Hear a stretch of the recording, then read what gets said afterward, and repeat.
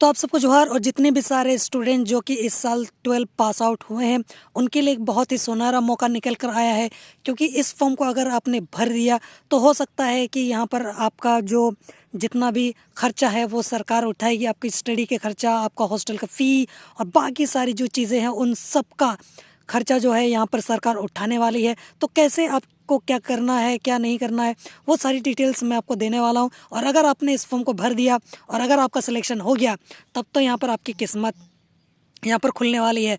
तो उसका नाम है FAEA स्कॉलरशिप, जो कि इसको लेकर मैं आपको पूरा डिटेल आपको देने वाला हूँ। तो ये इसकी ऑफिशियल वेबसाइट FAEAindia.org, इस पर आपको क्लिक करना है।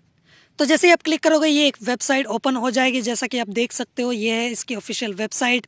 और यहाँ पर अगर मैं बात करूँ इसके लास्ट डेट की तो ये यहाँ पर लिखा हुआ है कि तो यहाँ पर जो इसका लास्ट डेट है वो रहने वाला है 30 जून 2023 को, यानी कि अभी भी आपके पास बहुत ज़्यादा टाइम है। आप चाहो तो अभी भी इसको करके जमा कर सकते हो, मतलब फॉर्म फिलअप करके जमा कर सकते हो, घर से ही कर सकते हो, आपको कहीं जाने जो स्कॉलरशिप है ये स्पेशली किन के लिए, चलिए मैं आपको बता देता हूँ कि यहाँ पर खासकर लिखा भी हुआ है कि organise coaching programmes for socially disadvantaged groups particularly Dalit Adivasis to enable them to have access to structures of power and quality। जो स्कॉलरशिप है स्पेशली उनको ही टारगेट करती है और उनके लिए ही इसको लाया गया है जो इकोनॉमिकली या फिर सोशली बहुत ज़्यादा वीक हैं, और उनको आगे बढ़ाने के लिए, उनको प्रोत्साहित करने के लिए इस स्कीम को लेकर आया गया है, या फिर ये जो स्कॉलरशिप है इसको लाया गया है। तो ये 2023 से 2024 के लिए है ये स्कॉलरशिप। और इसका जो रजिस्ट्रेशन का मतलब लास्ट डेट है वो है 30 जून को, मतलब अभी भी आपके पास टाइम है। तो यहाँ पर चलिए रूल रेगुलेशन थोड़ा सा पढ़ लेते हैं, समझ लेते हैं।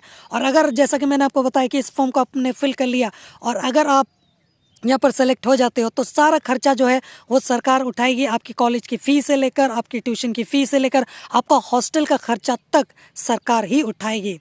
तो यहाँ पर चलो कुछ इंपॉर्टेंट इंस्ट्रक्शंस हैं उसको हम लोग देख लेते हैं।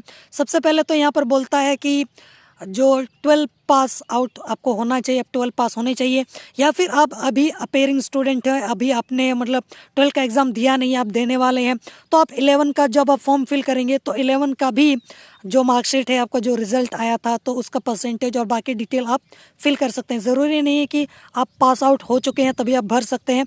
अगर आप 12th के स्टूडेंट हो अभी तब भी आप इसको भर सकते हो। अपना 11 का जो मार्कशीट है, रिज़ल्ट है, उसको अगर आप यहाँ पर शो कर दो तो आपका काम हो जाएगा। या फिर अगर आप फर्स्ट ईयर में हो, अंडर ग्रेजुएट, तो भी आप इस फॉर्म को भर सकते हो। इसके अलावा जो स्टूडेंट्स बहुत ही ज़्यादा मतलब सोशली और इकोनॉमिकली वीक हैं उनके लिए ही इसको लाया गया है। तो इस बात का आपको ध्यान रखना। अगर आप इकोनॉमिकली या फिर सोशली बहुत ज़्यादा अच्छे हैं, स्ट्रॉन्ग बैकग्राउंड से आते हैं आप, तो आपको इसके पीछे भागने की ज़रूरत नहीं, आपको भागना भी नहीं चाहिए। दूसरे का हक मत छीनो, जिसके लिए बनाया गया इसको, जिसके लिए ज़रूरी है उसको मौका दो और इसको उसका हक लेने दो, ठीक है। इसके अलावा ST SC OBC जो स्टूडेंट्स हैं वो इस फॉर्म को फिल कर सकते हैं, ठीक है। अब यहाँ पर बात क्या बोला जा रहा है कि जैसे ही आप अगर अपना जो एप्लीकेशन है, ठीक है, उसको अगर आप फिल कर देते हो तो आपको एक 9 डिजिट का कोड जो है वो जनरेट करके दिया जाएगा, कोड कन्फर्मेशन के लिए, ठीक है, उसको आपको दे दिया जाएगा। इसके अलावा अगर आपको कोई भी प्रॉब्लम होती है, कोई भी परेशानी होती है तो आप मेल कर सकते हो यहाँ पर inquiry@FAEAindia.org पर। आप यहाँ पर कोई भी कंप्लेन या फिर कुछ भी अपनी प्रॉब्लम है यहाँ पर सॉल्व करने के लिए संपर्क कर सकते हो। और इसके अलावा आपको एक और बात यहाँ पर बोली जा रही है कि जब आप अप्लाई कर रहे हो, ठीक है, तो किसी भी तरीके का डॉक्यूमेंट या फिर सर्टिफिकेट वगैरह आपको वहाँ पर भेजना नहीं है, ठीक है, जब तक कहा ना जाए। और मैंने खुद फॉर्म को फिल किया है तो मुझे ऐसा कुछ मांगा भी नहीं गया है। हाँ, जब हम लोग जाएंगे, हम लोग को वहाँ बुलाया जाएगा, तब उसके बाद आपको डॉक्यूमेंट वगैरह शो करने पड़ेंगे। लेकिन अप्लाई करने के टाइम किसी भी तरीके का डॉक्यूमेंट आपको मांगा भी नहीं जाता है और आपको देना भी नहीं है। आपको ऑनलाइन फ्रॉड से बचना है। इसके अलावा और भी यहाँ पर एक और बात बोला गया है कि incomplete application form shall not be considered. तो अगर आप फॉर्म को भरते हो, देखो एक तो ये मतलब ऐसा साइट है ना, जो कि ढंग से खुलता भी नहीं है, बहुत दिक्कत होता है मुझे इस फॉर्म को फिल करने में, कम से कम 1 दिन का टाइम लग गया पूरा का पूरा। तो मैं आपको ये बोलना चाहूँगा कि आप धीरे धीरे करके भरो, कोई दिक्कत नहीं है, क्योंकि जो भी आप डिटेल भर देते हो, सबमिट कर देते हो, तो वो सेव रहता है डेटा, वो डिलीट नहीं होता है। तो आप एक को भरो, फिर थोड़ा टाइम लो, बीच बीच में जो साइट है वो क्रैश भी हो जाती है, तो थोड़ा टाइम लेके फिर दूसरा भरो, लास्ट मोमेंट तक आपको हो जाएगा। मुझे 1 दिन लगा, हो सकता है आपको 2 दिन लग जाए, टाइम है लेकिन हो जाएगा। तो मैंने आपको यहाँ पर पूरा का पूरा ए से लेकर 4 ऑप्शन तक बता दिया। पहला में जैसे आप एप्लीकेशन फिल कर लोगे, आपको 9 डिजिट का कोड दिया जाएगा। इसके अलावा आपको किसी भी तरीके का डॉक्यूमेंट आपको भेजना नहीं है, ठीक है। इसके अलावा इनकम्प्लीट नहीं होना चाहिए आपका फॉर्म, जो भी है आपको फॉर्म को भर देना है। मैं अगले वीडियो में आपको बताऊंगा कैसे भरना है। इसके अलावा कोई भी आपको दिक्कत है, कोई भी परेशानी है, आप यहाँ पर इंक्वायरी कर सकते हो। और यहाँ पर एक चीज़ सबसे ज़्यादा इम्पॉर्टेंट है, जो कि selection process. Shortlisted candidates will be invited for interviews across India in the metropolitan city. Thereafter, our national will make the final selection and results will be declared.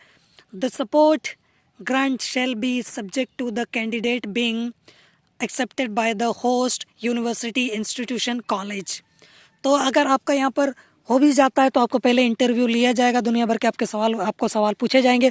उसके बाद जब उनको लग जाएगी कि आप जेन्युइन हो, तभी आपका सिलेक्शन होगा। बाद बाकी उसके बाद जो भी प्रोसेस होगा वो आपको पता चल ही जाएगा। क्लैरिफिकेशन में भी देख लेते हैं क्या है। ये आप देख सकते हो, थोड़ा सा आपको कॉन्टैक्ट डिटेल्स वगैरह देखने को मिल गई हैं, तो आप उसको भी देख सकते हो। तो यह है foundation for academic excellence and access, FAEA। तो यहाँ पर ये चीज़ है, इसको आप चाहो तो आप इसको फिल कर सकते हो, ठीक है। आप इसको भर दो, इसमें आपको किसी भी तरीके का कोई एक्स्ट्रा चार्ज वगैरह तो नहीं लग रहा है जहाँ तक मुझे मालूम है। तो आप फॉर्म को फिल कर सकते हो, और अगर आपका सिलेक्शन हो जाता है तो पूरा खर्चा जो है वो सरकार उठाएगी, आपको एक फूटी कौड़ी देने की भी ज़रूरत नहीं है। तो मौका है, मौके का फ़ायदा उठाओ, क्या पता आपका सिलेक्शन हो जाए और आपकी ज़िंदगी संवर जाए। परिवार से तो मिलना रहा, क्या मिलेगा नहीं मिलेगा कुछ पता नहीं, कम से कम कहीं से आपको थोड़ा बहुत अगर फाइनेंशियल सपोर्ट मिल रहा है तो आप उसको क्यों छोड़ दोगे, क्योंकि हर किसी को मतलब उम्मीद होता है कि कहीं ना कहीं से कुछ ना कुछ हो जाए। तो अगर आपको स्टडी करने का जुनून है, और अगर आपके पास पैसे नहीं है, और अगर आप चाहते हो कि कोई ना कोई कहीं ना कहीं से मेरा को फाइनेंशियल सपोर्ट मिल जाए ताकि मैं अपना स्टडी कंटिन्यू कर सकूं, तो ये इकलौता एक नया ऑप्शन आ गया है, तो इसको आप देख सकते हो। बाकी रूल रेगुलेशन आप पढ़ लेना, जो आपको समझ में आए उसके बेसिस पे। जोहार।